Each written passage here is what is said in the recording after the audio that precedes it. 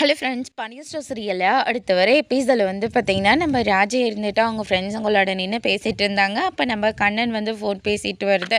ராஜி வந்து பார்த்துறாங்க.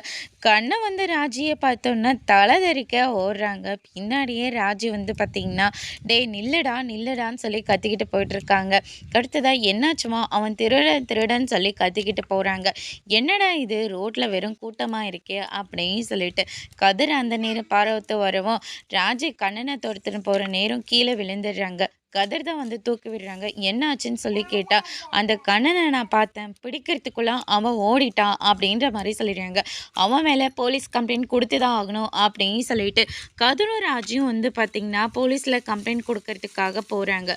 அங்கே ஒரு லேடி கான்ஸ்டபிள் வந்து பார்த்திங்கன்னா, நீ பாண்டியனோட பையன் தானே, என்னப்பா ஆச்சு அப்படின்னு சொல்லிட்டு கேட்குறாங்க. அடுத்ததாக கண்ணன்றவன் ராஜியோட செயினை திருடிட்டு போயிட்டான் அப்படின்ற மாதிரி சொல்கிறாங்க. அதுக்கு அடுத்ததாக ராஜி வெளியே வந்ததுக்கப்புறமா கதிர் இருந்துட்டு இந்த விஷயம் வீட்டு வரைக்கும் போயிடும். ஏற்கனவே இங்கே ஒரு கான்ஸ்டபிள் அப்பாவுக்கு தெரிஞ்சவங்களாம் இருக்காங்க, வீட்டுக்கு தெரிஞ்சுன்னா பெரிய பிரச்சனை ஆகிடும் அப்படின்ற மாதிரி சொல்லிடுறாங்க. அடுத்ததாக காரில் போயிட்டுருக்கிற போது அங்கே ஒருத்தர் நின்றுட்டுருக்காங்க.